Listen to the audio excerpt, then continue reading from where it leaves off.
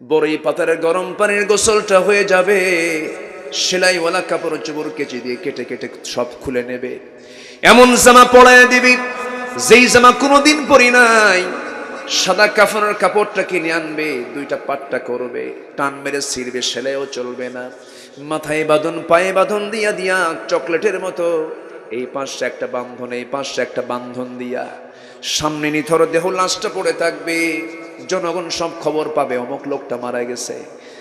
সমস্ত লোকজন চলে আসবে, চাপা কান্নায় ভেঙ্গে পড়বে, কিন্তু কিচ্ছু করার নাই, জানাজা হয়ে যাবে।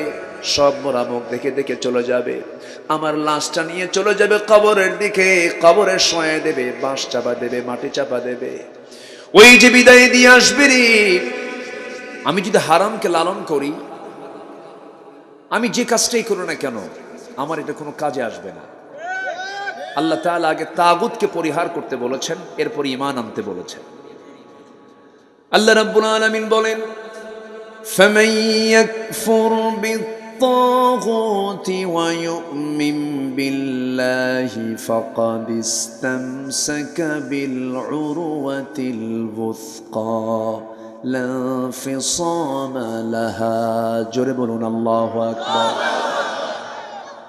যে ব্যক্তি তাগুতকে পরিহার করবে, আগে তাগুতকে পরিহার করতে হবে। তাগুত কি? যে নিজে ইসলামকে মানতে চায় না, অন্যকে মানতে দেয় না, এটাকে তাগুত বলা হয়। মানে ইসলামকে নিজের মনের মতো করে মানবে, নামাজে মানবে ইসলামকে, কিন্তু ব্যাংকে মানবে না, ব্যবসায় মানবে না, সমাজে মানবে না, পরিবারে মানবে না। আছে না নাই?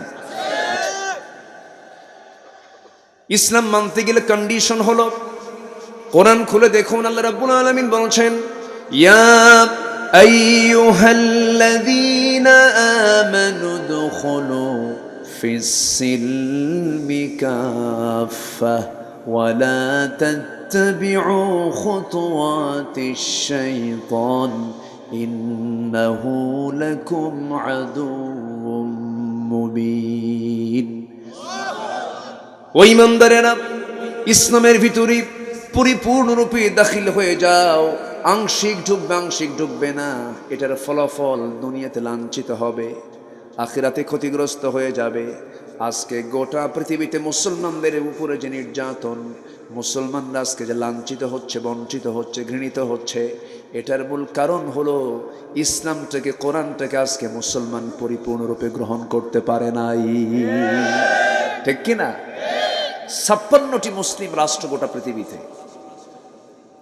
সংখ্যাগরিষ্ঠ মুসলমান 56টি, অথচ একটা দেশেও, কোন একটা দেশেও কোরআনে কারীমের পরিপূর্ণ হুকুম কোথাও বাস্তবায়ন নেই।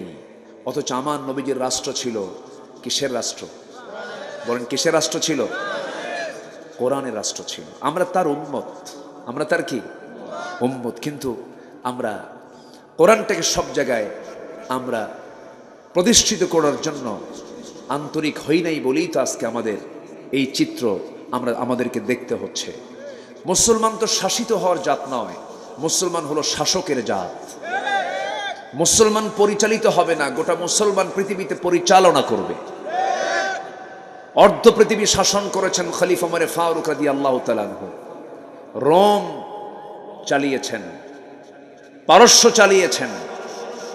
ওমরের হুঙ্কারে গোটা পৃথিবীর তাগুতের শক্তি থরথর করে কেঁপে উঠেছে। সেই মুসলমান তাদের সেই শৌর্য, বীর্য, সেই বিশাল একটি গৌরবোজ্জ্বল ইতিহাস থেকে মুসলমান এত পিছলে এসে এই পর্যায়ে কেন এসেছে, এটার মূল কারণ কিন্তু একটাই, সেটা হলো আফাতুমিনুনা বিবাদিল কিতাব ওয়া তাকফুরুনা বিবাদ। তোমরা কিতাবের কিছু অংশ মানবে, কিছু অংশ মানবে না। এটার ফলাফল হলো ইল্লা খিজিয়ুন ফিল হায়াতিদ দুনিয়া, দুনিয়ার জিন্দেগিতে লাঞ্ছনা আসবে, আখিরাতে ক্ষতিগ্রস্ত হয়ে যাবে। তাহলে এটাই হচ্ছে মূল কারণ। আল্লামা ইকবাল অনেক আগেই একটা শেরে, তিনি আজ থেকে বহুদিন আগে এটাকে ফাইন্ড আউট করেছেন তার সুন্দর কবিতার মধ্য দিয়ে। আল্লামা ইকবাল বলেছেন, ও জমানে মে মুআজ্জাজ থে হাম মুসলমান হোকর और तुम खारे हुए तारिके कुरआन होकर।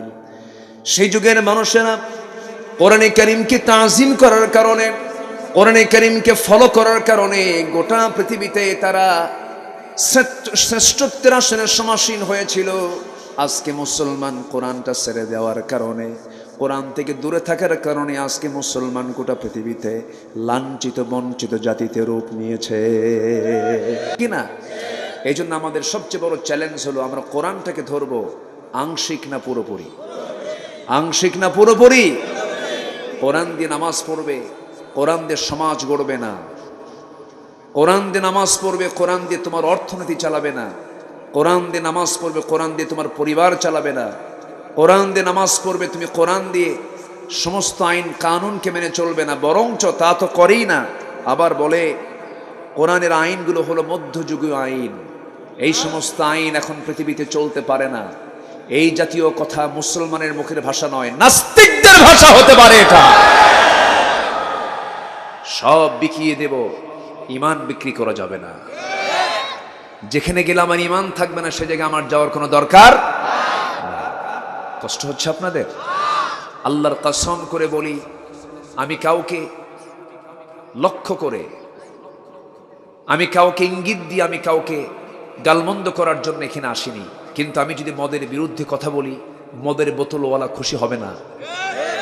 আমি যদি সুদের বিরুদ্ধে কথা বলি, যিনি সুদের মহাজন তিনি কোনো ক্রমে সন্তুষ্ট হবেন না। আমি যদি বেহাপনার কথা বলি, যারা অভিনয় জগতে কাজ করেন তারা কোনো ক্রমে আমাদের এই কথাগুলোকে মানবেন না, ঠিক কিনা? কিন্তু আমাকে কোরআন দেখেই তো কথা বলতে হবে। আমার নবীর কথায় কি সবাই সন্তুষ্ট ছিল? আজতে সবাইকে সন্তুষ্ট ছিল? সম্মানিত বন্ধুগণ, আমরা যে মাসে অবস্থান করছি এখন, সামনে যে মাসটা আসতেছে সেই মাসটার নাম কি? রমাদান কারীম। 12 মাসের সেরা মাস কোনটা? রমাদান। কোরআন নাজিল হয়েছে কোন মাসে? যখন রমজান আসতো তখন আমার নবীজি রজব পেলেই তিনি বলে ফেলতেন, আল্লাহুম্মা বারিক লানা ফি রজবা ওয়া শাবান ওয়া বাল্লিগনা রমাদান। যদিও হাদিসটার রাভি জয়ীফ, কিন্তু হাদিসটা সহিহ। রাসূল যখন রজব পেতেন, রজব এবং শাবানের বরকত দাও, রমজান পর্যন্ত আমাকে পৌঁছিয়ে দাও। কেন জানেন? রমজান মানি হলো জ্বালিয়ে দেওয়া, ভস্য করে দেওয়া। কি? রমজানের বদৌলতে নিজের জীবনের অর্জিত যত গুনাহ সব জীবন থেকে মাইনাস হয়ে ওই বাচ্চা হয়ে, ওই বান্দা হয়ে যাবে মাসুম বাচ্চার মতো। জোরে বলি সুবহানাল্লাহ। সেই কাঙ্ক্ষিত মাস, সোয়াবের মৌসুম। যেরকম ফলের মৌসুম থাকে, আমার দেশে ফলের মৌসুম কোনটা? এলাকায় জামাইয়ের দাওয়াত দেন না আপনারা? মাসের নামটা ভালো করে কোন একটু। হ্যাঁ, জ্যৈষ্ঠ মাস। জ্যৈষ্ঠ মাস হলো ফলের রস। সব ফল, আম, জাম, লিচু, পেয়ারা, কদবেল, কাঁঠাল সব জ্যৈষ্ঠ মাসে হয়ে থাকে। ওই সময় জামাইদের একটা খুব সুন্দর সময়, তার অপেক্ষায় থাকে জামাই আমি কখন দাওয়াতটা পাবো। জামাইদের দাওয়াত দেন তো নাকি? দেখেন চাচারা চুপ করে বসে আছে। আচ্ছা, নোয়াখালী কম দেয়? না না, নোয়াখালী দাওয়াতের সেরা, আলহামদুলিল্লাহ বলেন। আমি এটা বললে মানবো না তো। সম্মানিত ভাইয়েরা, এলাকার নামই দিয়েছে বেগমগঞ্জ। বেগমকে না ভালোবাসলে বেগমগঞ্জ নাম হয়েছে নাকি? সম্মানিত ভাইয়েরা, তো তেমনি সোয়াবের একটা মৌসুম আছে, সেই সোয়াবের মৌসুমটা হলো রমজান। জোরে বলি সুবহানাল্লাহ। এই রমজান মাস আমাদের সামনে কারো জীবনে 20 বার, 30 বার, 50 বার এসেছে। কিন্তু একটা প্রশ্ন যদি করি, এখানে মুসলমান কারা কারা হাত সবারই উঠবে? এখানে ইমানদার কারা কারা হাত সবারই উঠবে? যদি প্রশ্ন করি কোরআনটাকে সহি করে পড়তে পারেন কয়জন? সবার কি হাত উঠবে? সবার কি হাত উঠবে? উঠবে না। কেন? হাত তো ওঠার কথা ছিল, কিন্তু হাতটা উঠতেছে না কেন? এটা কি বেগমগঞ্জের সমস্যা না জাতীয় সমস্যা? এটা জাতীয় সমস্যা। ওই যে ব্রিটিশরা শিক্ষা কারিকুলাম দিয়ে গিয়েছিল, সেই কারিকুলাম এখনো আছে না নাই? তাদের তৈরি করা বিধান এখনো আছে না নাই?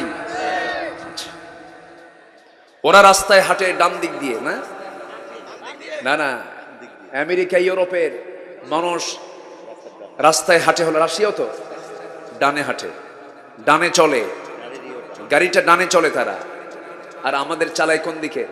বামে। তাহলে ওরা ইসলাম মানে, আর আমাদের কি ইসলাম মানতে দেয় না। কথাটা বুঝেন আপনি? ওরা ডানে চলে, যেটা ইসলাম বলে, আর আমাদের কি কোথায় চালায়? বামে চালায়। ওই যে ব্রিটিশরা দিয়ে গেছে। আপনি কত বড় পীর সাহেব হয়েছেন, পীর সাহেব হয়ে আপনি ডান থেকে বাম থেকে ডানে চলতে পারবেন না যতক্ষণ না এটা আইন আকারে না আসবে, ঠিক কিনা? সম্মানিত ভাইয়েরা, সম্মানিত বন্ধুগণ, আমরা ইসলামকে সম্পূর্ণ মানতে চাইলে মানতে পারবো না। সম্পূর্ণ মানতে পারবো কখন? যখন মাথায় যখন ইসলাম থেকে যাবে। যখন কোথায় থাকবে? মাথায় যখন ইসলাম থেকে যাবে, মূল জায়গায় যখন ইসলাম থেকে যাবে। আমরা এখানে বসে আছি সবাই মুসলমান, উচিত তো ছিল সবারই কোরআন সহি করে পড়া শেখা, কিন্তু এটা আমাদের শুধু ব্যক্তিগত ভুল তা নয়, পারিবারিক সমস্যা আছে, সামাজিক সমস্যা আছে, শিক্ষা ব্যবস্থারও কিছু প্রবলেম মনে হয় নাই? আসতে বলবেন না, আছে না? নাই, অবশ্যই আছে। যদি সকল ভাইভা বোর্ডে শর্ত জড়িয়ে দেওয়া হতো যে সকল মুসলমান শিক্ষার্থী অথবা অ্যাপ্লিক্যান্ট যারা অংশগ্রহণ করবে পরীক্ষায়, ভাইভা বোর্ডে প্রত্যেককেই কোরআন থেকে যে কোনো একটা পৃষ্ঠা কোরআন সহি করে তেলাওয়াত শোনা হবে, যদি এমন কন্ডিশন করে দেওয়া হতো, তাহলে কি বাংলাদেশে কোনো শিক্ষার্থীর তেলাওয়াত গলত থাকতো? না জানা থাকতো? বরঞ্চ প্রশ্ন আসে কি জানেন? বিশ্বের সবচেয়ে বেশি উইকেট পাইছে কোন বোলার? এটা দিয়ে তো জান্নাতের একটা প্রশ্নের উত্তর হবে, তাই না? সম্মানিত ভাইরা, তা তো সংযোজন হয়নি, বরঞ্চ আমরা মানুষ, আমরা আদম সন্তান থেকে এসেছি, আমাদেরকে বলা হচ্ছে বানর থেকে এসেছি। আদম শুমারি হয়েছিল, জনশুমারি হয়েছে, ভালো কথা। যারা কইছে আগে বানর ছিল মানুষ, ওদের জন্য একটা শুমারি এক্সট্রা করা দরকার, বানর শুমারি, ঠিক কিনা? বানর শুমারি হবে। বানরের বংশধরদের কাছ থেকে আদম সন্তানদের শিক্ষা নেবার কিছু নাই। আমরা সব কি সন্তান? জোরে বলেন, আমরা সব কি সন্তান? ওয়ালাকাদ কাররামনা বানি আদম। আদম সন্তানকে কে দাম দিয়েছেন? কে সম্মান দিয়েছেন? আমার বাপ নবী। আমার বাপ কি? নবী। আমার বাপ জ্ঞানী। আমরা হলাম নবীর সন্তান। আমরা কার সন্তান? নবীর সন্তান। এটা আমাদের সবচেয়ে বড় পরিচয়। আমাদের বাপের ভিটা হলো জান্নাত। আমার বাপ জান্নাতে থাকছে, মা জান্নাতে থাকছে। আমরা দুনিয়াতে এসেছি, আবার আমরা জান্নাতে চলে যাব। জোরে বলি ইনশাআল্লাহ। এটাই আমাদের সবচেয়ে বড় পরিচয়। বংশগত পরিচয় দিয়ে কোনো লাভ নেই, নেতৃত্বের আসন দেখিয়ে কোনো লাভ নেই, সম্পদের বড়াই দেখাইয়া কোনো লাভ নেই, বাবার পরিচয় দিয়ে কোনো লাভ নেই। তাই যদি হতো, আজর জান্নাত পেয়ে যেত। ইব্রাহিম আলাইহিস সালামের বাবার নাম কি? জান্নাতি না জাহান্নামী? যদি তাই হতো, নূহ আলাইহিস সালামের ছেলে কেনান জান্নাত পেয়ে যেত। বাবা নবী, ছেলে নবী, নবীর ছেলে লাভ নাই, নবীর বাপ লাভ নাই। আমার নবীর বংশের নাম কি? আবুল আহাব কোন বংশের? লাভ কি? লাভ আছে? কোনো লাভ নাই। বংশ দিয়ে কোনো লাভ নাই, বাপ দিয়ে কোনো পরিচয় লাভ নাই, ছেলে দিয়ে কোনো পরিচয় দিয়ে লাভ নেই, নেতৃত্বের অংশ বড়াই করে কোনো লাভ নাই, সম্পদ দিয়ে কোনো লাভ নাই।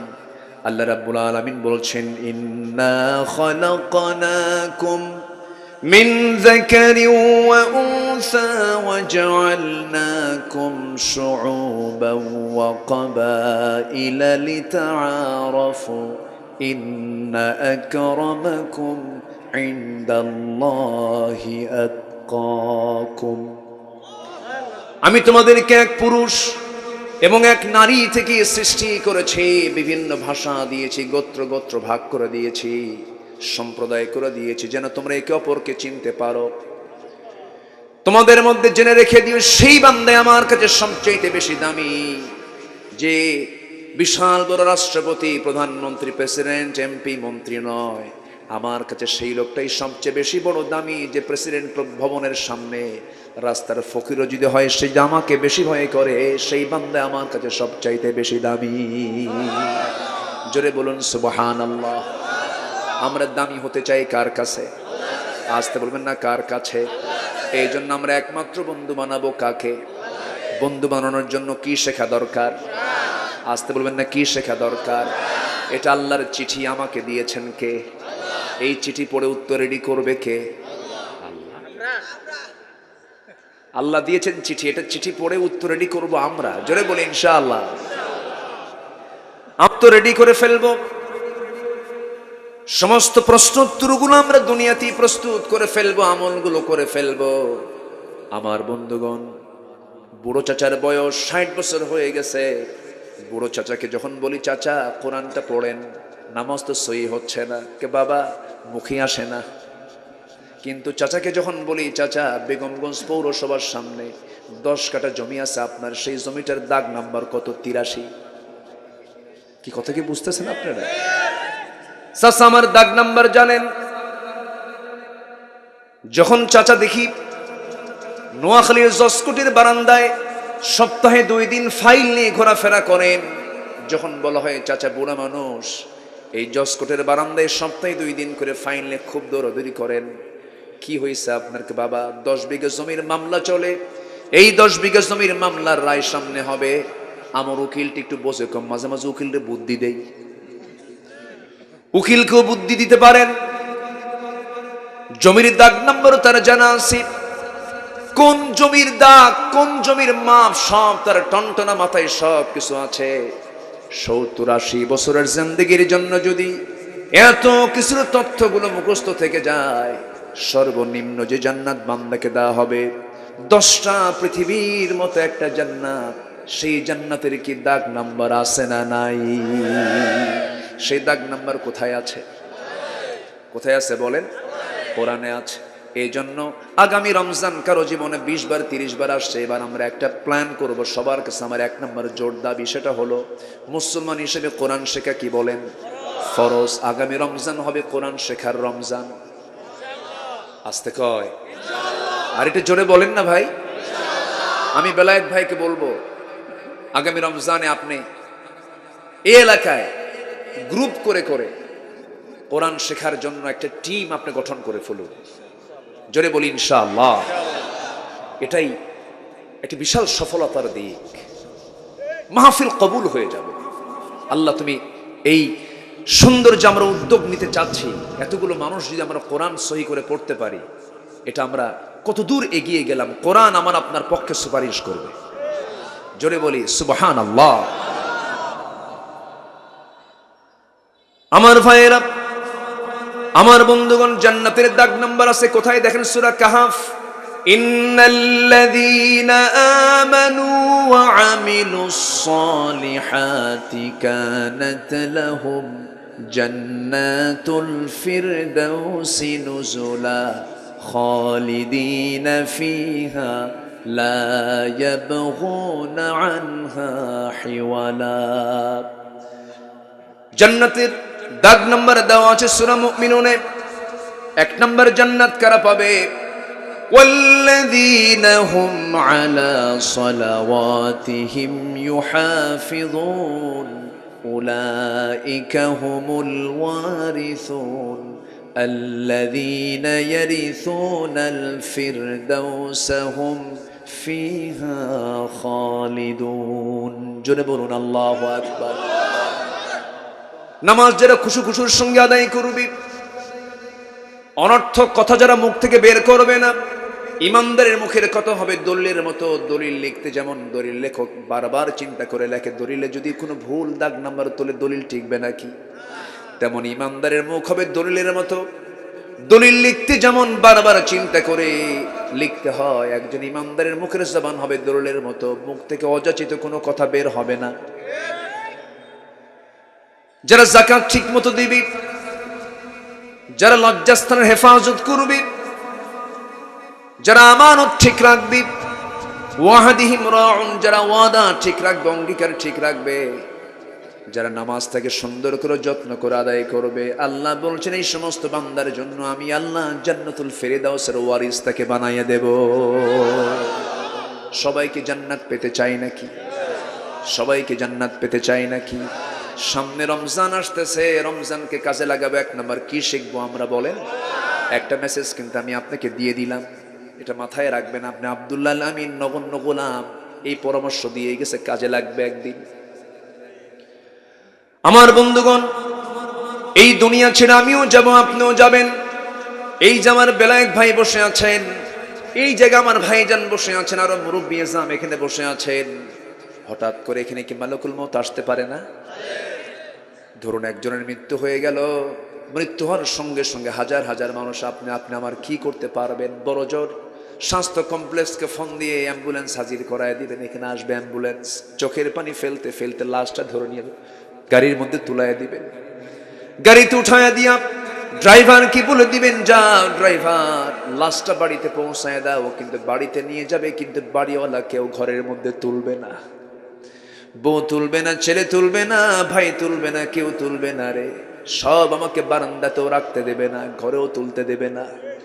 ঘর বানালাম আমি, স্বপ্ন করলাম আমি মারা যাব, ঘরের ভিতরে থাকার পর্যন্ত অধিকার থাকবে না, বারান্দাও জায়গা হবে না। বাড়ির এরিয়ার একটা কোনায় চাদর একটা কাপড় দিয়ে আড়াল করে চোখের উপরে নিথর দেহ ফেলে রাখবে। বড়ই পাতার গরম পানির গোসলটা হয়ে যাবে, সেলাইওয়ালা কাপড় চোপড় কেচি দিয়ে কেটে কেটে সব খুলে নেবে। এমন জামা পরায় দিবি যেই জামা কোনোদিন পরি নাই। সাদা কাফনের কাপড়টা কিনে আনবে, দুইটা পাট্টা করবে, টান মেরে ছিঁড়বে, সেলাইও চলবে না। মাথায় বাঁধন, পায়ে বাঁধন দিয়া দিয়া চকলেটের মতো এই পাশে একটা বাঁধন, এই পাশে একটা বাঁধন দিয়া সামনে নিথর দেহ লাশটা পড়ে থাকবে। জনগণ সব খবর পাবে অমুক লোকটা মারা গেছে। সমস্ত লোকজন চলে আসবে, চাপা কান্নায় ভেঙ্গে পড়বে, কিন্তু কিচ্ছু করার নাই, জানাজা হয়ে যাবে। সব মোরা মুখ দেখে দেখে চলে যাবে। আমার লাশটা নিয়ে চলে যাবে কবরের দিকে, কবরে শোয়া দেবে, বাঁশ চাপা দেবে, মাটি চাপা দেবে। ওই যে বিদায় দিয়ে আসবে রে, 24 ঘন্টা যাবে না, মাথার চুলগুলো খসে খসে পড়বে। 3টা দিন যাবে না, চামড়াগুলো গলে গলে পোকার পেটের খাবার হয়ে যাবে। মাত্র 7 দিন, 7 দিনের ব্যবধানে পেটের নাড়ি ভুঁড়ি সব চোখ মুখ কান নাক দিয়ে বের হতে থাকবে। মাত্র 3টা মাসের ব্যবধান, কবর খুলে দেখা যাবে, কবর খুঁড়ে দেখা যাবে কয়েকটা হাড় ছাড়া কিচ্ছু নাই। ভাইরে আমার দিন শেষে কেউ আমার আপন না, একমাত্র কেবলমাত্র শুধুমাত্র আমার আপন কে? জোরে বলেন কে? মিছে এই অভিনয় নাটকের মঞ্চে কিচ্ছু না, এটা একটা অভিনয়। অমাল হায়াতুদ দুনিয়া ইল্লা মাতাউল গুরুর, অমাল হায়াতুদ দুনিয়া ইল্লা লাইবুন ওয়া লাহবুন। কিচ্ছু না, সব ছেড়ে চলে যাব কার কাছে? আসতে বলবেন না, কার কাছে? পুঁজি নেওয়ার দরকার আছে না নাই? পুঁজি নেবো আমরা, সেই পুঁজিটা হবে বাম হাতের না ডান হাতের? ডান হাতের। জান্নাতের দিকে দৌড়াবো আমরা, জান্নাতে যেতে কোনো অলসতা করা যাবে না। আল্লাহ রাব্বুল আলামিন বলেন, ওয়াসারিউ ইলা মাগফিরাতিম মির রাব্বিকুম ওয়া জান্নাতিন আরদুহাস সামাওয়াতি ওয়াল আরদ উইদ্দাত লিল মুত্তাকিন। জোরে বলুন আল্লাহু আকবার। ও বান্দা, জান্নাতের দিকে দৌড়াও, জান্নাতে যাওয়ার জন্য চেষ্টা করো। দুনিয়ার একটা বিজনেসকে বিল্ড আপ করার জন্য কত মেহনত করো, সারা রাত টেনশনে তোমার ঘুম হয় না, কত চিন্তা, কত পেরেশানি। সাদা মানুষ কালো হয়ে যাও, ফিল্ডে গিয়ে ইন্ডাস্ট্রিজ তৈরি করার জন্য কত মেহনত করো। আল্লাহ তাআলা তোমাকে ক্ষণিক দুনিয়ার জন্য পাঠায়া দিয়েছেন। এই ক্ষণিক দুনিয়াতে যদি একটু মেহনত করতে পারতারে বান্দা, আল্লাহ বলছেন বান্দা আমি তোকে আমার বাসিন্দা বানায়া জান্নাতের মেহমান বানায়া নিতাম। জান্নাতে যারা হবে তারা কার বাসিন্দা হবে? আসতে বলবেন না, কার বাসিন্দা হবে? আল্লাহ শুধু উপরে না, অনেক উপরে। আল্লাহ কত উপরে আছেন বলেন? 7টা আসমান। 7টা কয়টা আসমান বলেন? একটু বলি। আল্লাহ কত দূরে আছেন দেখেন। জান্নাতও কিন্তু সেই জায়গায় আছে যেখানে আল্লাহ তাআলা আছেন, তার আশপাশে আল্লাহ রাব্বুল আলামিন জান্নাতুল ফেরদাউস রেখে দিয়েছেন। সুবহানাল্লাহ বলবেন না? আমার বন্ধুগণ একটু বললেই ক্লিয়ার হয়ে যাবে। আমরা আছি বেগমগঞ্জের কাদিরপুরে। ঠিক এই জায়গা থেকে মাথার উপরের দিকে আমরা তাকাবো, সুন্দর চাঁদ, গত রাত্রিতে চাঁদনি রাত ছিল, সেই চাঁদটা দেখতে পাবো আমরা। চাঁদের উপরে কিছু তারকারাজি দেখতে পাবো। দিনের বেলা সূর্য দেখতে পাই। দিনের বেলার যে সূর্য আমরা দেখতে পাই, এই সূর্যটা এত বড়, গোটা পৃথিবীতে 228টি দেশ মিলে একটা পৃথিবী। 228টি দেশকে 13 লক্ষ গুণ করলে পরে যে বড় হয়, একটা সূর্যের সমান হয়ে যাবে। যেরকম সুবহানাল্লাহ। আল্লাহ তাআলার ম্যানেজমেন্ট দেখেন, কি মজবুত ম্যানেজমেন্ট, কি মজবুত ব্যবস্থাপনা। এই ছোট্ট দুনিয়াকে আল্লাহ তাআলা আলোকিত করার জন্য 24 ঘন্টা একটা লাইট দিয়েছেন। একটা লাইট দিয়ে গোটা দুনিয়া চলে। আর এখানকার অন্ধকার দূর করার জন্য কত লাইট জ্বালাইছে তাও ভালো করে দেখা যায় না। আর একটা আল্লাহ তাআলা সূর্যের লাইট দিয়েছেন, সেই লাইটটা এত তির্যক, এই পৃথিবীকে আলোকিত করার জন্য 13 লক্ষ দুনিয়ার সমান একটা সূর্য বানায় দিয়েছেন। জোরে বলেন সুবহানাল্লাহ। রাতের বেলা চাঁদ দেখি, সেই চাঁদের দেশে মানুষ বেড়াতে গেছে, চাঁদ দেখছে মানুষ, মঙ্গল গ্রহ দেখেছে মানুষ। আবার মাঝে মাঝে শুনি মঙ্গল গ্রহে নাকি জায়গাও কিনছে মানুষ। যা চলে যা সেখানে মঙ্গল গ্রহে জায়গা কিনলেন, চাঁদের দেশে গেলেন। এখন যদি সেই মানুষ বলে চাঁদ দেখলাম, মঙ্গল গ্রহ দেখলাম, একটু আমরা তারকার দেশ দেখব। ব্যাটেল জুইস নামে একটা তারকা আছে মহাকাশে, মহাশূন্যে ব্যাটেল জুইস নামে একটা তারকা আছে। সেই তারকা এত বড়, 33 কোটি গুণ বড় একটা সূর্যের চাইতে। 33 কোটি গুণ সূর্য একদিকে রাখলে পরে একটা তারকার সমান হয়ে যায়। যেরকম সুবহানাল্লাহ। একটা তারকা, এরকম একটা দুইটা তারকা নয়। সেই মহাশূন্যে মহান রব্বুল আলামিন এক একটা গ্যালাক্সির ভিতরে 50 বিলিয়ন করে তারকা রেখেছেন। 50 বিলিয়ন, আল্লাহু আকবার। 1 বিলিয়ন সমান হলো 100 কোটি। 50 বিলিয়ন তারকা এক একটা গ্যালাক্সির মধ্যে আছে। আমার বন্ধুগণ, এক একটা গ্যালাক্সিতে এরকম পরিমাণ তারকা আছে।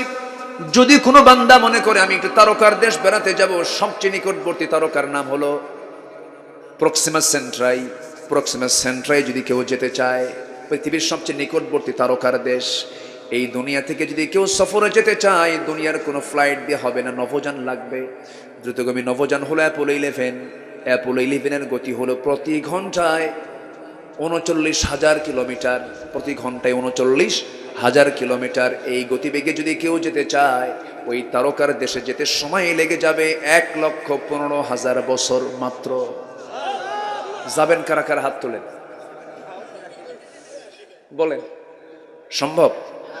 আসতে বলে সম্ভব। বাঁচবো কয়দিন, যাবো কোন দিন? তাহলে জান্নাতে যেতে হলে দুনিয়ার কোনো ফ্লাইট দিয়ে হবে না, আল্লাহর ফ্লাইট লাগবে। কার স্পেশাল ফ্লাইট লাগবে? আমার বন্ধুগণ, সেই মহাশূন্য, আবার আছে বিশাল বড় মহাকাশ, এরপরে আবার মহাশূন্যের পরে আকাশ, এরপরে মহাশূন্যের পরে আকাশ, এরপরে মহাশূন্যের পরে আকাশ। সাবআ সামাওয়াত, সাবআতু আবহুর। আল্লাহু আকবার বলেন। কে মালিক? কে মালিক? এই বিশাল মহাশূন্যের নিচে ছোট্ট একটা পৃথিবীর, একটা ভূখণ্ডের সামান্য একজন নেতা নেতৃত্ব পেয়ে তার অহংকার কোথায়? আসতে বলবেন না, আছে না নয়? অহংকার করো না। ফেরাউন অহংকার করে টিকতে পারে নাই, হামান অহংকার করে টিকতে পারে নাই, নমরুদ অহংকার করে টিকতে পারে নাই। এক মুহূর্তের মধ্যে শেষ করে দিয়েছেন সমস্ত দাম্ভিকতা। এই ইউক্রেন ফিলিস্তিনে বোম্বিং করে উড়ায়া দিয়েছে। এখন এই ইউক্রেন বুঝতেছে, হ্যাঁ, জুলুম করলে তার ফলাফল কি হতে পারে। ওরাই কামড়া কামড়ি লাগছে, ঠিক আছে না? ওরাই কামড়া কামড়ি লাগছে। সম্মানিত বন্ধুগণ, সেই জান্নাতটা কত দূরে, সেই জান্নাতের বাসিন্দা হওয়ার জন্য আমল করার দরকার আছে না নাই? আসতে বলবেন না, আছে না নাই? নাম হলো রমজান আলী, কিন্তু দুপুরে ভাত খায়, কাম হবে? নাম হলো ফজর আলী, সকাল 10টার দিকে ওঠে। নাম হলো হিম্মত আলী, সাইকেলের চাকা পাঁচ চলে শীত হয়ে পড়ে। নাম হলো আতর আলী, গাজার গন্ধে কাছে যাওয়া যায় না, আছে না নাই? নাম দিয়ে কাম হবে না, ঈমান থাকতে হবে, ভিতরে মূল জিনিসটা থাকতে হবে। সবে নামাজ পড়বো তো ইনশাআল্লাহ? নামাজ পড়বো কয় ওয়াক্ত? জোরে বলি ইনশাআল্লাহ। কষ্ট পাচ্ছেন? জান্নাত সহজে পাওয়া যাবে না। জান্নাত পেতে হলে মেহনত লাগবে, পরীক্ষা দিতে হবে। পরীক্ষা নিবেন কে? আসতে বল, পরীক্ষা নিবেন কে? হাসিবান নাস আন ইউতরাকু আন ইয়াকুলু আমান্না ওয়া হুম লা ইফতানুন। নোয়াখালীতে আসলে একটা সুবিধা কি জানেন? শ্রোতাও কোরআন বোঝে, কোরআন পারে। বলি আলহামদুলিল্লাহ। সবচেয়ে বেশি আলেম কোন জেলায়? এখানে আসলে দুর্বল কোন আলেম আসলে ধরা খেয়ে যাবে, একদম শ্রোতা ধরে ফেলবে। খুব চৌকস নোয়াখালী, খুব চৌকস, খুব মেধাবী। গোটা দেশের সমস্ত আলেমদের নেতৃত্ব দেয় নোয়াখালী। আলহামদুলিল্লাহ বলবেন না? নোয়াখালী নাই কোথায়? গোটা পৃথিবীর সব জায়গায় আছে। এমনি গল্প শুনি, আমেরিকাতে এক নোয়াখালী, তাকে প্রশ্ন করেছে ক্যালিফোর্নিয়ার একজন, ভাই আপনার বাড়ি কোথায়? নোয়াখালী। বলতেছে এটা আবার কোথায়? কি ইনসাইড ক্যালিফোর্নিয়া। কি কথা কি বুঝতে মানে নোয়াখালী প্রচন্ড মেধাবী মানুষ। আলেম হতে হলে মেধার দরকার আছে না নাই বলেন? বাংলাদেশের যত বড় বড় মাদ্রাসা, আমার হোম ডিস্ট্রিক্ট হচ্ছে বগুড়া। বগুড়া গভর্নমেন্ট সরকারি মোস্তফা বি আলিয়া মাদ্রাসা, কামিল মাদ্রাসা। বাংলাদেশের 3টা মাদ্রাসা সরকারি, এটা ঢাকা আলিয়া, আমি ঢাকা আলিয়ার ছাত্র ছিলাম। গভর্নমেন্ট আলিয়া বগুড়া আর সিলেট আলিয়া, এই 3টা মাদ্রাসা গভর্নমেন্ট। এই বগুড়ার গভর্নমেন্ট আলিয়ার প্রতিষ্ঠাতা প্রিন্সিপাল ছিলেন নোয়াখালী। কি কথা কি বোঝা গেল? সব জায়গায় আলেমদের নেতৃত্ব দিচ্ছে এখন পর্যন্ত নোয়াখালী। বলি আলহামদুলিল্লাহ। আমি নোয়াখালী আসলে আমার দিলটা ভরে যায় জানেন। এই এলাকার পুকুরগুলো পর্দা করে। কেমনে? বাংলাদেশের কোন জেলায় পাবেন না আপনি পুকুরে যেখানে গোসল করতে নামে চতুর্দিকে ঘেরা দেয়। ঘেরা আছে না? ঘেরা আছে। আপনি কোন জেলায় এটা পাবেন না, আপনি নোয়াখালীতে আছে। আমি আমার ড্রাইভারকে বললাম, আমি যখন নোয়াখালীর অঞ্চলে চলি তখন বলি, দেখেন বোরকা ছাড়া কিন্তু মহিলা কিন্তু অন্য জেলার চাইতে এই জেলায় খুবই কম আছে, খুবই কম। এটা হচ্ছে আলেমদের বরকত। বলি আলহামদুলিল্লাহ। দু একটা দুষ্ট তো থাকবেই, দু একটা আবু জেহেল যে নাই তা না, থাকবে দু একটা, কারণ রসুল আছেন যেখানে আবু জেহেল। অতএব এই জেলার সম্মান রক্ষা করার দায়িত্ব আছে না নাই? আসতে বলবেন না, আছে না নাই? নামাজ হবে কয় ওয়াক্ত? একানা জামাতে, একানা জামাতে। বুঝে না না বুঝে ওই লোকের মতো পড়া যাবে না। এক লোকের বাড়ি মসজিদের সাথে, লোকটা হিন্দু, প্রত্যেক দিন মসজিদের সামনে দিয়ে যায় আর শুনতে পায় রুকু থেকে ওঠার সময় সামি আল্লাহু লিমান হামিদা। হামিদা মহিলা নাম আছে না? হিন্দু চিন্তা করে ইমাম সাহেবের হলো কি, প্রত্যেক নামাজি প্রত্যেক ওয়াক্তেই খালি এক মহিলার নামে দোয়া করে, হামিদা হামিদা। এই হামিদা মেয়েটা কার মেয়ে? তার মধ্যে কৌতূহল জাগছে। ওই হিন্দুর ঘরের সাথে আবার এক মুসলিম ঘর আছে, সে আবার 5 ওয়াক্ত নামাজ মসজিদেই পড়ে। তাকে ডাক দিয়ে বললো, ভাই তুমি তো মুসলমান, তুমি তো নামাজও বড় দেখি, তোমাদের ইমাম সাহেবের হলোটা কি? প্রত্যেক ওয়াক্তেই একজন মহিলার নামে শুধু দোয়া পড়ে, হামিদা হামিদা। হামিদা মেয়েটা কার মেয়ে? এখন এই মুসল্লি বলছে, ভাই আমি 25 বছর যাবৎ বা জামাতের সাথে নামাজ পড়ি, আজ পর্যন্ত আমিও ঠিক মতো জানি না আসলে হামিদা মেয়েটা কার মেয়ে। কথা কি বোঝা গেল? তাহলে হিন্দুর চেতনা আর এই মুসলমানের চেতনার মধ্যে কোনো তফাৎ আছে? যে মুসলমান নামাজ পড়ে সুদকে হারাম জানে না, যে মুসলমান নামাজ পড়ে ঘুষকে হারাম জানে না, যে মুসলমান নামাজ পড়ে মদকে হারাম জানে না, তার নামাজের আর ওই হিন্দুর চেতনার মধ্যে কোনো তফাৎ না। ঠিক কিনা? কষ্ট পাচ্ছেন? হজ করে আসে ট্রিপল হাজি, হ্যাট্রিক, পরপর 3 বার হজ করে আসছে। হাজি না বললে মন খারাপ করে, কাই টাকা পয়সা খরচ করে হজ করে হাজি ক, বারবার প্রশ্ন করে। কিন্তু উনি যে সুদ খান, বলা দরকার হাজি বিশিষ্ট সুদখোর। এই সময় কেউ মাহফিল থেকে উঠেন না, ভাববো ওটাই সুদ খায়, বসে থাকেন। কষ্ট পাচ্ছেন নাকি আপনারা? আমি আপনাকে শক্ত ভাষায় হয়তো কথা বলছি, কিন্তু শক্ত ভাষায় কথা বলতে হবে। ভাইরে, আমরা ছেড়ে দিই এগুলো, জোরে বলি ইনশাআল্লাহ, জোরে বলি ইনশাআল্লাহ। জান্নাত পেতে হলে ছাড় দিতে হবে। হুজবাতুল জান্নাহ বিল মাকারিহ, হুজবাতুন নার বিশ-শাহাওয়াত। জান্নাতটা হলো কষ্ট দিয়ে ঘেরানো, জান্নাত পেতে হলে কষ্ট দিয়ে জান্নাত পেতে হবে। আর জাহান্নামটা হলো দুনিয়ার সমস্ত আরাম আয়েশ দিয়ে মুড়ানো। আসিয়ার নাম শুনেছি তো সবাই? কার বউ? ফেরাউন কি ছোটখাটো কোনো ব্যক্তি? সে কি ছিল? বাদশাহ। হ্যাঁ, কি যেন কইছে? হ্যাঁ, ও আচ্ছা, তা তো ঠিক আছে, ওটা ঠিক আছে, কিন্তু বাদশাহ ছিল তো। আচ্ছা, এই বিশাল বড় এটা রাজত্ব সে শাসন করেছে, এবং মূসা আলাইহিস সালামকে মোকাবেলা করার জন্য সর্বাত্মক চেষ্টা চালিয়েছে। আসমানে কিতাবে আগুন ধরিয়ে দিয়েছে, মানুষকে মূর্খ করে রেখেছে, শিক্ষা ব্যবস্থার ভিতরে উল্টাপাল্টা করেছে, এবং 40,000 শিশুকে এট এ টাইম হত্যা করেছে মুসার জন্ম ঠেকানোর জন্য। এই পৃথিবীতে ক্ষমতাকে পাকাপোক্ত করার জন্য হত্যা রাজনীতি প্রথম চালু করেছিল ফেরাউন। আজকেও গোটা দুনিয়াতে যারা নিজের ক্ষমতাকে পাকাপোক্ত করার জন্য যারা হত্যা রাজনীতি করছেন, সবগুলো ফেরাউনদের প্রেতাত্মা, প্রেতাত্মা, প্রেতাত্মা। সম্মানিত ভাইয়েরা, এই ফেরাউনের ঘরে আসিয়া, চিন্তা করেন, ফেরাউনের ঘরে কে? আসিয়া। সামনে দাঁড়ালেন, হঠাৎ করে ফেরাউনের কানে গেছে ইমরাত ফেরাউন আসিয়া ইসলাম কবুল করছে। ভিতরে ঢুকিয়ে বলতেছে, আসিয়া, তোমার কি আমি সম্মান কম দেই? তোমার আমি কি দেই নাই বলো? আমার রাষ্ট্রের তুমি সেকেন্ড নাগরিক, তুমি মিসেস ফেরাউন, তুমি এই দেশের ফার্স্ট লেডি। কি লেডি? ফার্স্ট লেডি আসিয়া।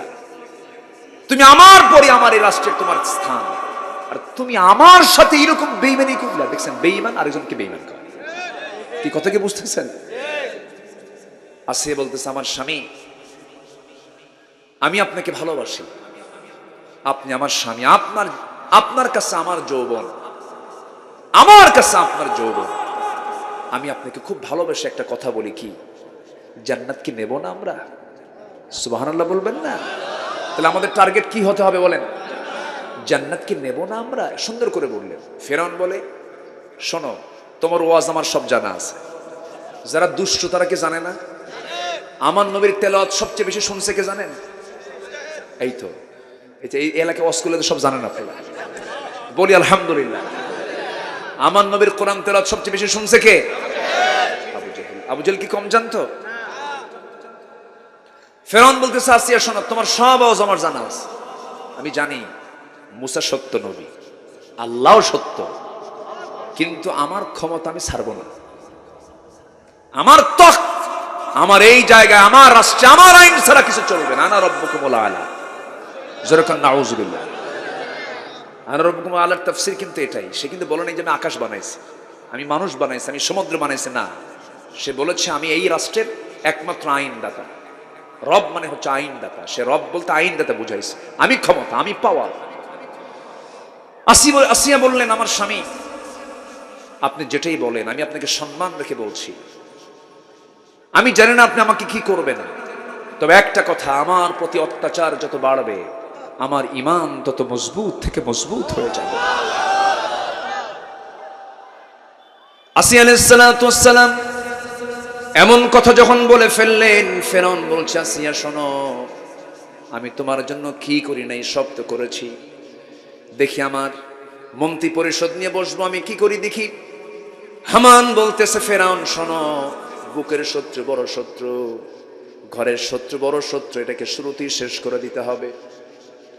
বৈঠক আইন পাশ হয়ে গেল চূড়ান্ত আকারে। ফেরাউন এসে বলল, আসিয়া এখনো সময় আছে, লাস্ট সেন্টেন্স, আমি তোমাকে কিন্তু অবশ্যই করাত দিয়ে চিরে 2 টুকরা করব, জাল্লাত রেডি করে রাখছি।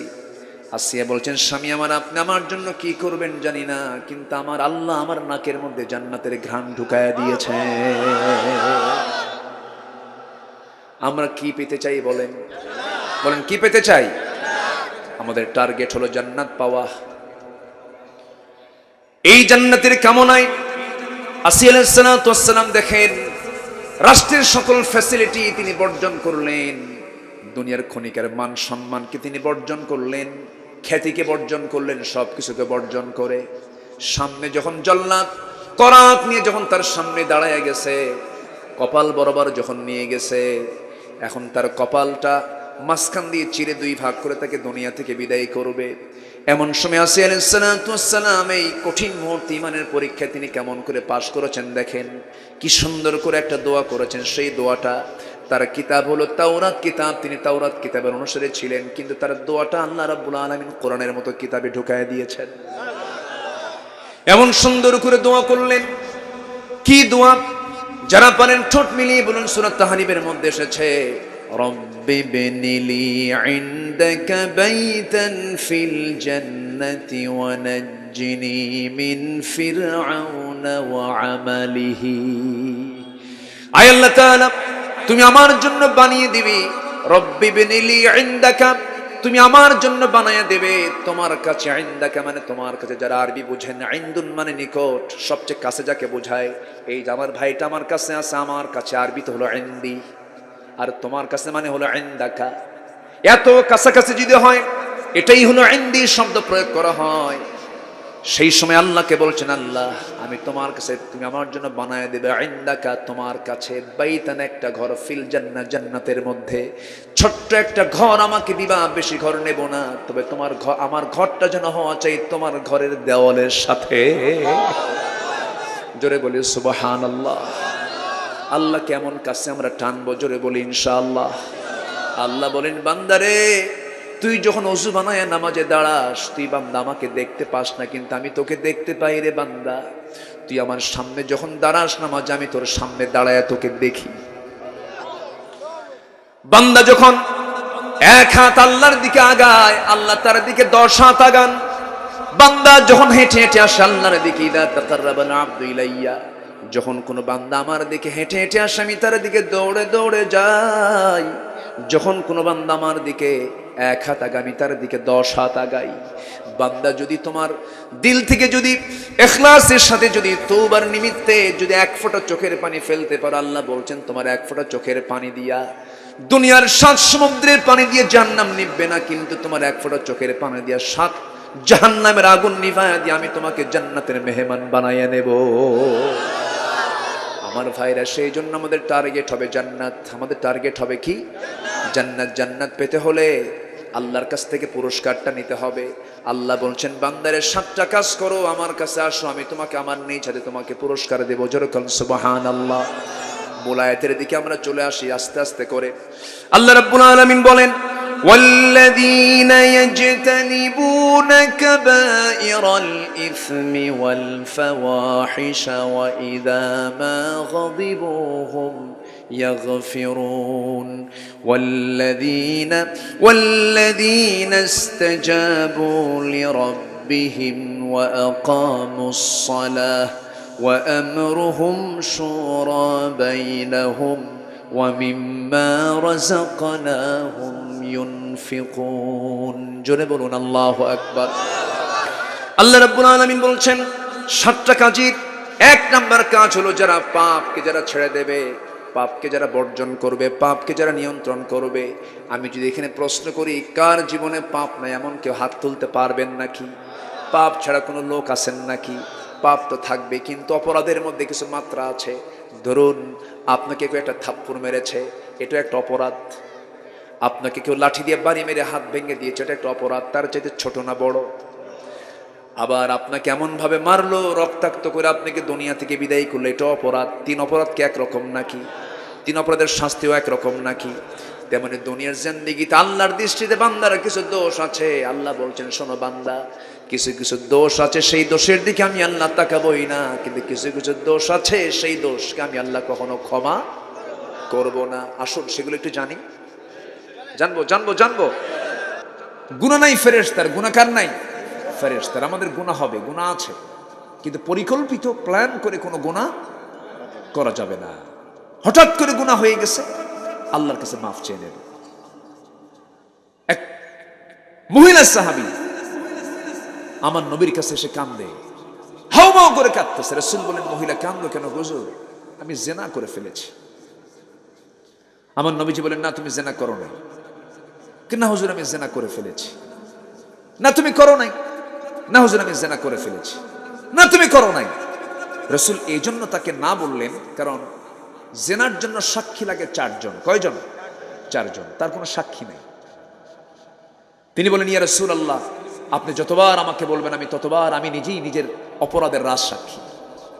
আমি জিনা করে ফেলেছি, আমি বিবাহিত নারী, আমার উপরে কি আইন হবে সেটা আপনি কার্যকর করুন, কারণ আমি আখিরাতের লাইনে থাকতে চাই, ইমানদারের লাইনে, জিনাকারের লাইনে থাকতে চাই না। সুবহানাল্লাহ বলবেন না? আমার নবীজি বললেন, মহিলা পেটে সন্তান আসছে? হ্যাঁ, যাও, সন্তান ডেলিভারি না হওয়া পর্যন্ত কোনো কথা নেই। মহিলা বলছেন, হুজুর আমি যে বাঁচবো তার গ্যারান্টি কি? রাসূল বললেন, আমি তো কিছু গ্যারান্টি দিতে পারবো না, যাও, তবে দোয়া করি তোমার জন্য। চলে গেলেন, চোখের পানি ফেলে ফেলে সেজদায় পড়ে পড়ে কেঁদে কেঁদে তওবা করছেন। সন্তান ডেলিভারি হওয়ার 2 দিন 3 দিন 4 দিন পর নয়, মাত্র 1 দিন পর নবীর কাছে হাজির হলেন।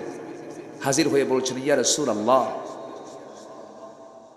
সন্তান তো ডেলিভারি হয়ে গেছে, আপনি আমার উপর আইনটা কার্যকর করে দেন। নবীজি বললেন, সন্তান জীবিত না মৃত?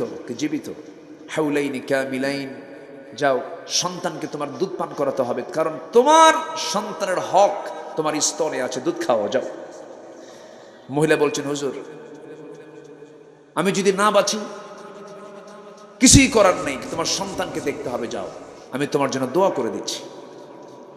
আমার নবীর সময় আসামি ভুল করেছে, আসামি ধরার জন্য কি পুলিশ লাগলো?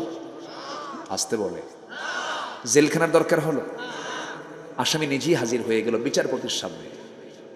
আর এখন আসামি তো খুঁজে পাওয়া যায় না, আবার আসামি ধরতে গেলে আগে ফোনও দেয়, ভাই আমরা আসতেছি, একটু লুকায় থাকেন। এরকম আছে না নাই?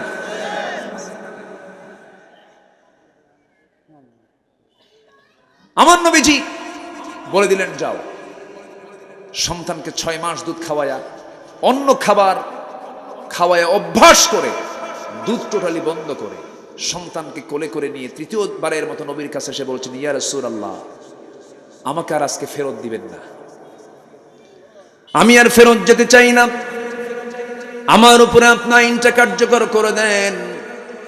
এই যে সন্তান আমার বুকের দুধ ছাড়াও বাঁচতে পারবে। আমার নবীজি সঙ্গে সঙ্গে সন্তানটা হাতের মধ্যে কোলে করে নিলেন, উঁচু করে ধরলেন এবং বললেন, কোন সাহাবী, কোন আল্লাহর গোলাম আছো এই সন্তানের লালন পালনের দায়িত্ব গ্রহণ করবে? যে লালন পালনের দায়িত্ব গ্রহণ করবে, ফাহিয়া ফিল জান্নাতি কাহাতাইন, আমি এবং সে জান্নাতের মধ্যে 2 নখের দূরত্ব অবস্থান করব। কয়েকজন সাহাবী দৌড় মেরে আসলেন, একজনকে কোলে তুলে দিয়ে, একজনের হাতে তুলে দিয়ে বলছেন, হে সাহাবীরা, এই মহিলাকে নিয়ে যাও, বুক পর্যন্ত পুঁতে রেখে, পর্দার নিয়ম রক্ষা করে বুক পর্যন্ত পুঁতে রেখে পাথর মেরে তাকে শেষ করে দাও। বিধানটা কার? আসতে বলবেন না, বিধানটা কার? এই বিধানে যদি কেউ একটু নেগেটিভ চিন্তা করে, তার কি ঈমান থাকবে নাকি? আমার নবীজি অর্ডার দিয়ে দিলেন। হযরত আলী রাদিয়াল্লাহু তাআলা আনহু সেই সময় তাদের সামনে ছিলেন। সাইয়েদনা আলী যখন পাথর মারছিলেন মহিলাকে লক্ষ্য করে, সেই সময়ে মহিলার শরীর থেকে ফিনকি দিয়ে কিছু রক্ত এসে তার হাতে এসে লাগলো। নাসিকা কুঞ্চিত করলেন, নাক শিকায় তুলে মনে মনে চিন্তা করছেন, নাপাক রক্ত গায়ে লাগলো।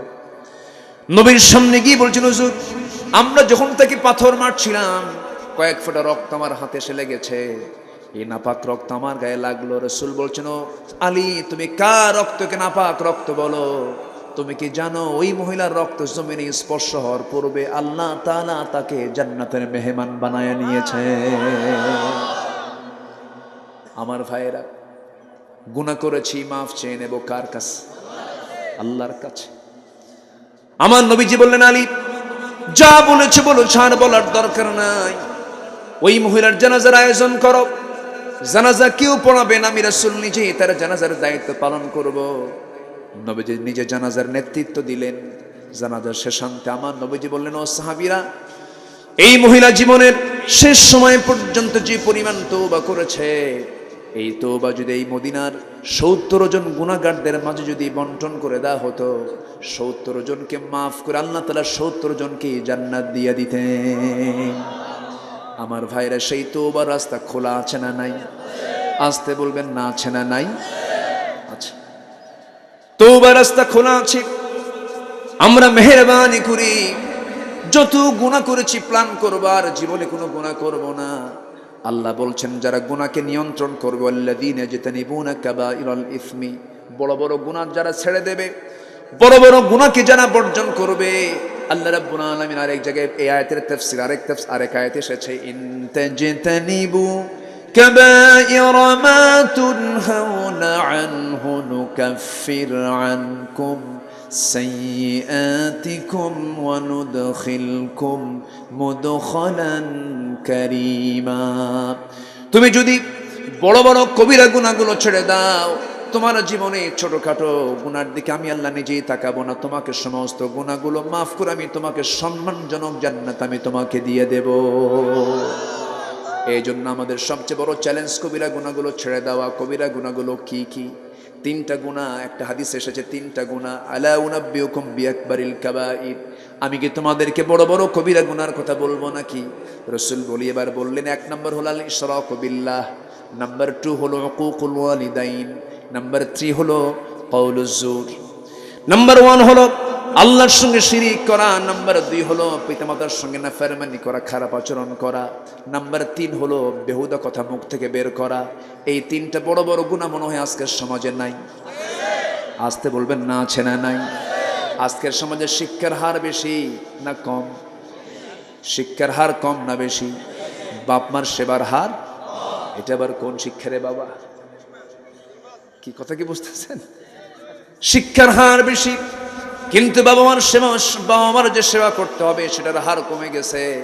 অবশ্যই শিক্ষার মধ্যে কিছু নৈতিকতার শিক্ষার অভাব আছে না নাই? আমি চ্যালেঞ্জ ছুড়ে দিলাম, বাংলাদেশে যত বৃদ্ধাশ্রম গড়ে উঠেছে, আমার দেশেও কিন্তু বৃদ্ধাশ্রম গড়ে উঠছে, কোন একটা বৃদ্ধাশ্রমে আপনি খুঁজে পাবেন না কোন বুড়া মানুষ সেখানে ওই বৃদ্ধাশ্রমে আছে, অথচ তার সন্তান কোন আলেম অথবা হাফেজ। কোন আলেম হাফেজের বাপকে সেই জায়গায় পাবেন না, মাকে পাবেন না। সেই জায়গায় পাবেন সেই সমস্ত সন্তানদের বাপ মাকে যারা কোরআন হাদিস না পড়ে অন্য জ্ঞানী হয়েছে, কিন্তু ওই সমস্ত সন্তানদের বাপ মাকে সেই বৃদ্ধাশ্রমে খুঁজে পাওয়া যায়। ঠিক কিনা? ভুল করেও সন্তানের শিক্ষাদানে ভুল করা যাবে না, নিজে বিপদে পড়তে হবে। সন্তানকে শুধু টাকাওয়ালা বানালে হবে না, সন্তানকে আল্লাহওয়ালা বানান।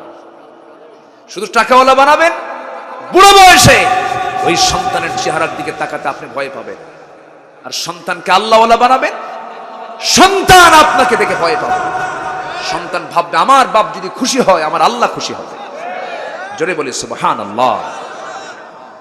সম্মানিত ভাইয়েরা, কোথায় বাচ্চারা কোথায় কি করে, ওদিক দিয়ে ওরা ওয়াজ করে দেখি আমার সাথে। হ্যাঁ, বাচ্চারা এরকম করে। বাচ্চাদের ওদের নামাজ দেখেন না, শুক্রবারের নামাজ কেমন করে পড়ে ওরা? একদম সবার পিছনে ওরা কাতারে দাঁড়ায় যায়, একজন সেজদায় গেলে আরেকজন পিছন দিয়ে গুতা মারে, এরকম করে না? এদের এই নামাজই সুন্দর, আলহামদুলিল্লাহ বলে। তাদের নামাজে ভুল হলেও ঠিক, তাদের নামাজ ভুল হলেও ঠিক। বাচ্চাদেরকে মসজিদে যেতে বাধা দেব না আমরা, জোরে বলি ইনশাআল্লাহ। তাহলে 1 নাম্বার বিষয় শিখলাম আমরা কি? আমরা সমস্ত পাপ ধরবো না ছাড়বো, পাপ ধরবো না ছাড়বো। নাম্বার 2 হলো রাগকে আমরা নিয়ন্ত্রণ করব। কেউ আপনার উপরে রেগে গেছে, আমি ধৈর্য ধারণ করে তাকে মাফ করে দেব। আমার নবীর নীতি ছিল প্রতিশোধ নেওয়া না ক্ষমা করা। তায়েফে মার খেয়েছেন রসুল কি বদদোয়া দিয়েছেন না দোয়া দিয়েছেন? মক্কায় মার খেয়ে তিনি দেশ বিতাড়িত হলেন, বদদোয়া দিয়েছেন না দোয়া দিয়েছেন? রসুল উহুদে মার খেয়েছেন, বদদোয়া দিয়েছেন না দোয়া দিয়েছেন? আজকে আমাদের সমাজে চলছে ক্ষমার নীতি না প্রতিশোধের নীতি? না, এটা জাহালাত। আপনি কাউকে মাফ করে দিবেন, এটার তৃপ্তি আপনার মৃত্যু পাবেন, আর কাউকে আপনার প্রতিশোধ দিবেন, এটার তৃপ্তি আপনি কয়েক ঘন্টা পাবেন, দুই একদিন পাবেন। কিন্তু কাউকে ক্ষমা করে দিয়েছেন, এটার তৃপ্তি পাবেন আপনার সারা জীবন। আলহামদুলিল্লাহ বলেন। এই জন্য আমরা প্রতিশোধ নেব না ক্ষমা করব? বলেন, প্রতিশোধ নেব না ক্ষমা করব? ক্ষমা করব। রেগে যায়, খেপে যায়, স্বামী স্ত্রী দ্বন্দ্ব লেগে যায়, স্বামী স্ত্রীর মধ্যে যদি গন্ডগোল লাগে, এখানে সবচেয়ে বেশি ধৈর্যের পরিচয় দেবে কে? অনেকে চুপ করে আছে, হুজুর আমরা কিছু কব না। কে ধৈর্যের বেশি পরিচয় দেবে? স্বামী। স্বামীকে ধৈর্য ধরতে হবে। কিন্তু স্বামী উল্টাপাল্টা করে, আবার এমন রাগ ওঠে, ফোনে কথা হচ্ছে, কিসে কথা হচ্ছে? ফোনে। ফোনের মধ্যেই কথা বলতে বলতে, শোন যা হয়েছে হয়েছে, তোর সঙ্গে আমার সংসার টংসার হবে না, তালাক টালাক দিয়া। দুদিন পরে কাম দেয়ার ফোন দিয়া কয়, হুজুর কাম তো সারছি। 2 দিনই পার হয় নাই, কাম তো সারছে। কি মার্ডার কেস?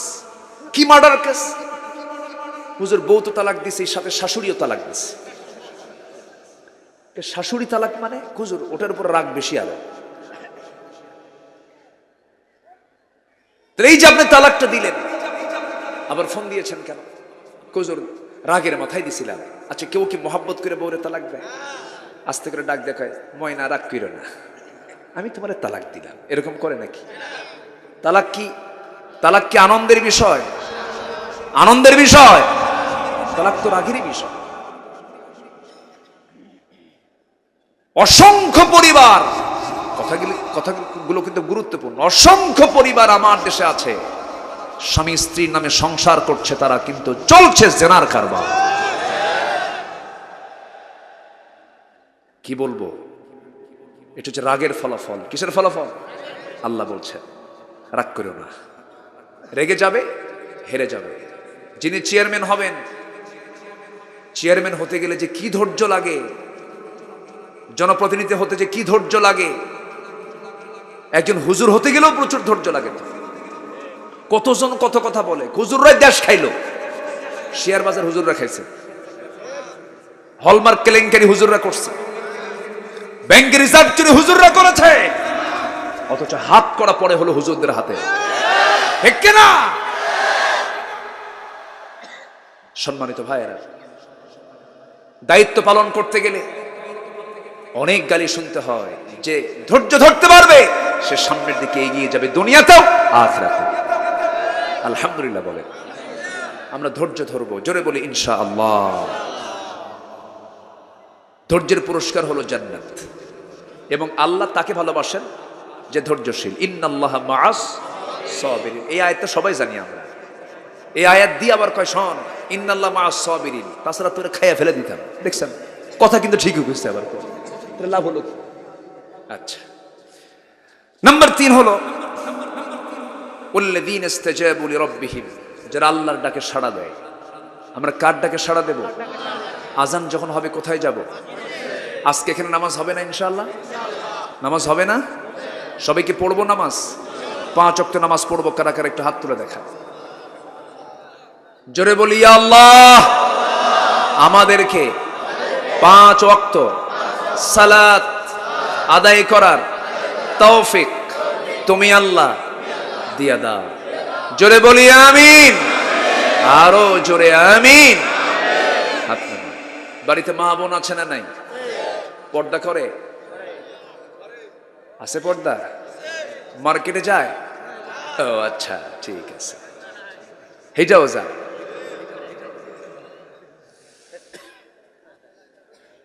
পর্দা করা কি? আরো জোরে বলেন। চুয়াডাঙ্গা মাহফিল ছিল আমার, চুয়াডাঙ্গা, কুষ্টিয়া পাশে চুয়াডাঙ্গা মাহফিল। খেতে বসছি রাতের বেলা, একজন ভাই এসে বলছে, হুজুর আমার মেয়ের জন্য একটু দোয়া করবেন। আমার মেয়েকে বিয়ে দিয়েছে ঠাকুরগা। বললাম, বাড়ি আপনার চুয়াডাঙ্গা, বিয়ে দিলেন ঠাকুরগা, এই 400 মাইল দূরের ঘটককে?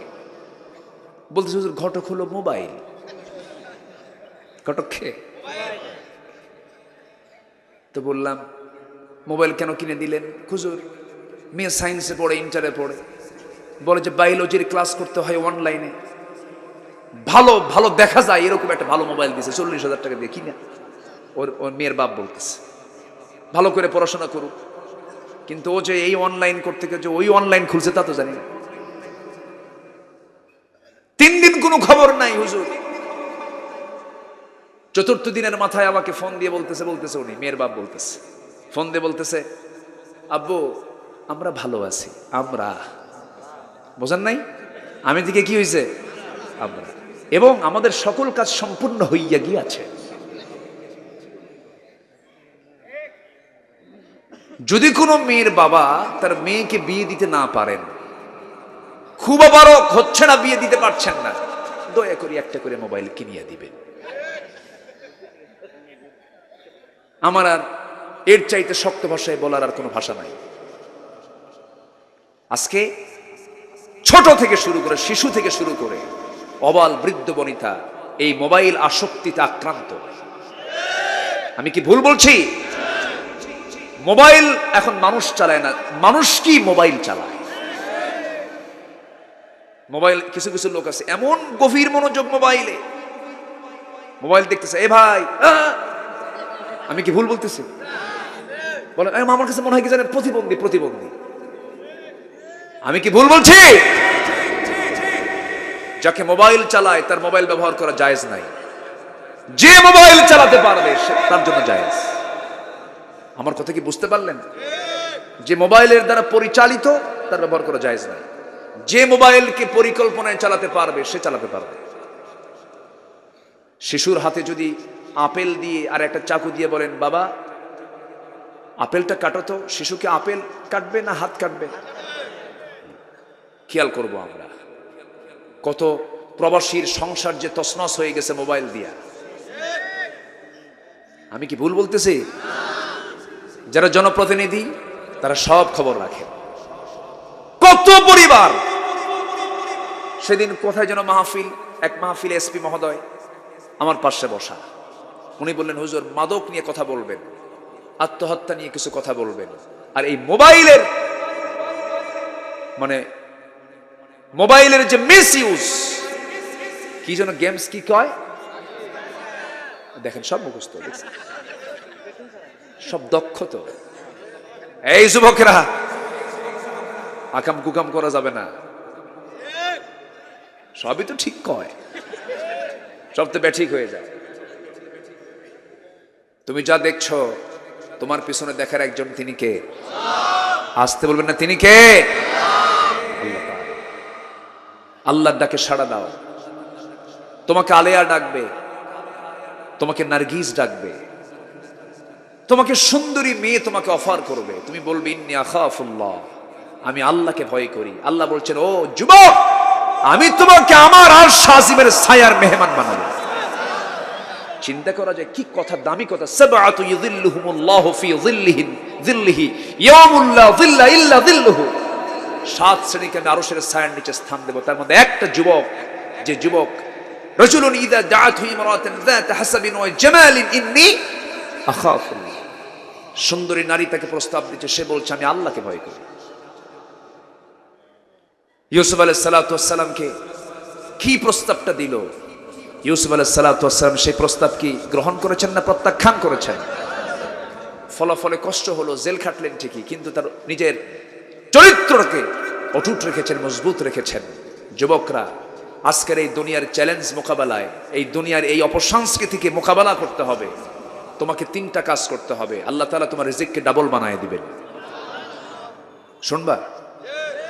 সবাই কি যুবকরা শুনবে? 1 নম্বর হলো তাড়াতাড়ি বিয়ে করো।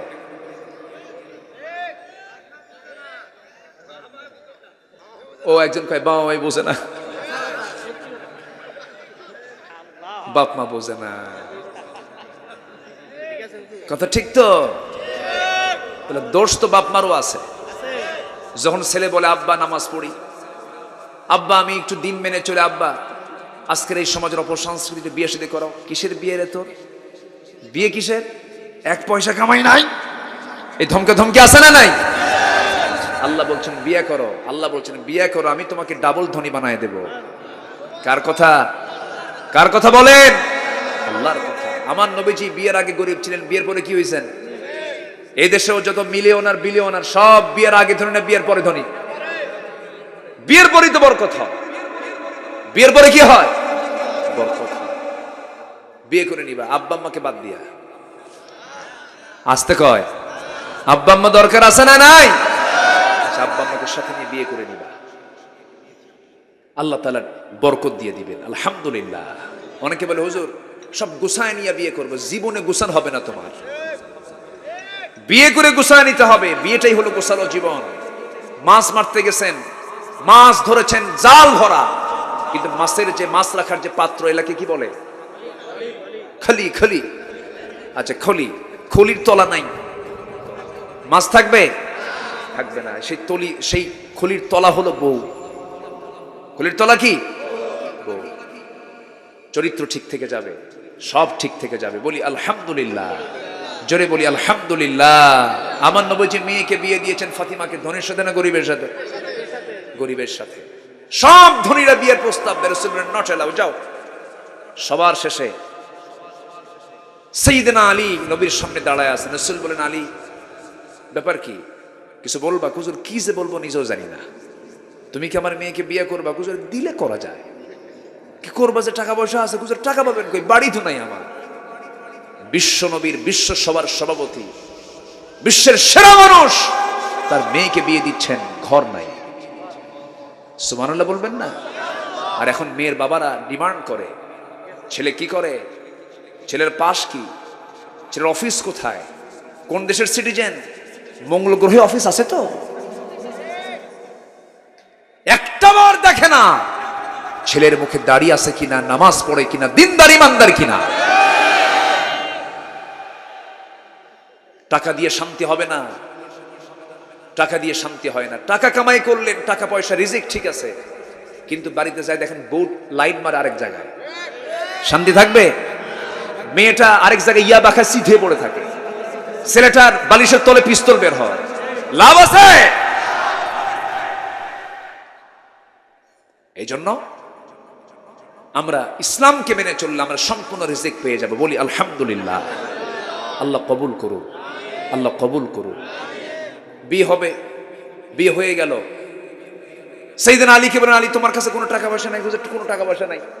ঢাল আছে, ঢালটা বেচে আসো। ঢালটা বেচতে গেছেন, ওসমান জিন্নুরাইন নবীজির বড় জামাই বলছে আলী তোমার ঢালটা আমি কিনবো, দাও। ব্যাপার কি, ঢাল বিক্রি করো কেন? বিয়ে ঠিক হয়েছে। কার সাথে? নবীর মেয়ের সাথে। খুব খুশি হলেন ওসমান রাদিয়াল্লাহু আনহু, বলেন ঠিক আছে দাও। ঢালটা কিনে নিয়ে টাকাটা তার হাতে দেওয়ার কিছুক্ষণ পরে বলছেন আলী তুমি আমার ভাইরা হয়ে যাচ্ছ, তোমাকে এমনি টাকা দিয়ে কেটে নেওয়া সম্ভব? আমি তোমাকে ঢালটা উপহার দিয়ে দিলাম। নবীর কাছে গিয়ে দাঁড়াইছেন ঢাল হাতে। রাসূল বলেন ঢাল মনে হয় বিক্রি হয়নি। হুজুর বিক্রি হয়েছে, আবার উপহারও পাইছি। উপহার কে দিল? কে কিনলো, কে দিল? হুজুর ওসমান। রাসূল মুস্কি হাসি মেরে বলেন লোক আর খুঁজে পাও নাই, আমার আত্মীয়ের মধ্যে যাবার তুমি এখানে প্যাঁচ লাগাইছো। নবীজি বিয়ে দিলেন, বিয়ে হয়ে গেল। যাওয়ার সময় রাসূল বিশ্বনবী তার মেয়েকে বিদায় দিচ্ছেন। বিশ্বনবীর ঘরটাও তো ছিল কেমন, আহা আল্লাহু আকবার। আমার নবীর ঘরটা ছিল হলো, আম্মা জান আয়েশা বলেন রাসূল যখন ঘরে ঢুকতেন মাথাটা ছাদের সঙ্গে ঠেকে যেত। যখন ঘুমাতেন এক দেয়ালের সঙ্গে মাথা ঠেকতো, আরেক পার সঙ্গে দেওয়াল ঠেকতো। আমার নবীজি ফাতিমাকে বিয়ে দিলেন, বললেন মা তোমার আব্বাকে দেখবা, আমি তোমার জন্য একটা পানির মশক দিলাম, চামড়ার তোশক দিলাম, আর পান করার জন্য একটা পাত্র দিলাম, যাও স্বামীর সংসার করে খাবে, মৃত্যুর দিন পর্যন্ত যেন একটা স্বামীর বিরুদ্ধে নালিশ আমার কানে না আসে। জোরে বলে সুবহানাল্লাহ। পাঠায় দিলেন। একটা দিন ফাতিমা কোনোদিন স্বামীর বিরুদ্ধে নবীর কাছে কথা বলেননি। ভাড়া করা বাড়িতে থাকতেন, বাচ্চা কাচ্চা হয়ে গেছে, কূপ থেকে পানি তুলতে নিয়ে কোমরে দাগ পড়ে গেছে ফাতিমার, পিষদানি দিয়ে আটা পিষতে পিষতে হাতে কড়া পড়ে গেছে। নবীর কাছে এসে বলে আব্বা হাতে কড়া পড়ছে দেখছেন, কোমরে দাগ পড়েছে, হাসান হোসেন বড় হয়ে গেছে, আমি কাজ করে সারতে পারি না, আপনি তো রাষ্ট্রপ্রধান, একটা কাজের মানুষকে দেওয়া যায় আমার জন্য? আমার নবী আস্তে করে ফাতিমাকে পাশে এনে বলছেন ফাতিমা আমার জামাটা আমি নিজে ধুই, তুমি জানো না? আমার ঘরটা আমি নিজে ধুই, আমার কাপড় আমি নিজে সেলাই করি। আমি আমার কাজ কাউকে দিয়ে করা পছন্দ করি না। বিশ্বনবী যদি এমনটা করতে পারে, তোমার বাপ যদি এমনটা করে চলতে পারে, আমার মেয়ে ফাতিমা তুমি আমার মতোই থেকে যাবে। কোনো কাজের মানুষের দরকার নাই। দুনিয়াটাকে বড় করে ফেলো না, দুনিয়াটাকে একটা ওয়েটিং রুমের মতো মনে করো। মা, বাড়িতে চলে যাও, আমি তোমাকে একটা আমলনামা শিখিয়ে দিচ্ছি। সুবহানাল্লাহ, আলহামদুলিল্লাহ, আল্লাহু আকবার 33 34 বার বলবে। সকাল সন্ধ্যার সমস্ত সব কাজগুলোকে আমার আল্লাহ তোমার জন্য সহজ বানাইয়া দিবে। জোরে বলি সুবহানাল্লাহ। যুবক, নাম্বার 2 হলো বাপমার সঙ্গে যদি সুন্দর আচরণ করতে পারো, তোমার রিজিক ডাবল হবে। জোরে বলি সুবহানাল্লাহ। তোমার বাবার মা পা জড়িয়ে ধরে বলবা, মা মন থেকে দোয়া করো, তুমি আরশ আজিম পর্যন্ত এই দোয়া চলে যাবে। জোরে বলি সুবহানাল্লাহ। নাম্বার 3 হলো জীবনের সকল জায়গায় ভয় করতে হবে কাকে? আল্লাহকে। আল্লাহ তাআলা আমাদের সবাইকে আমল করার তৌফিক দান করুন।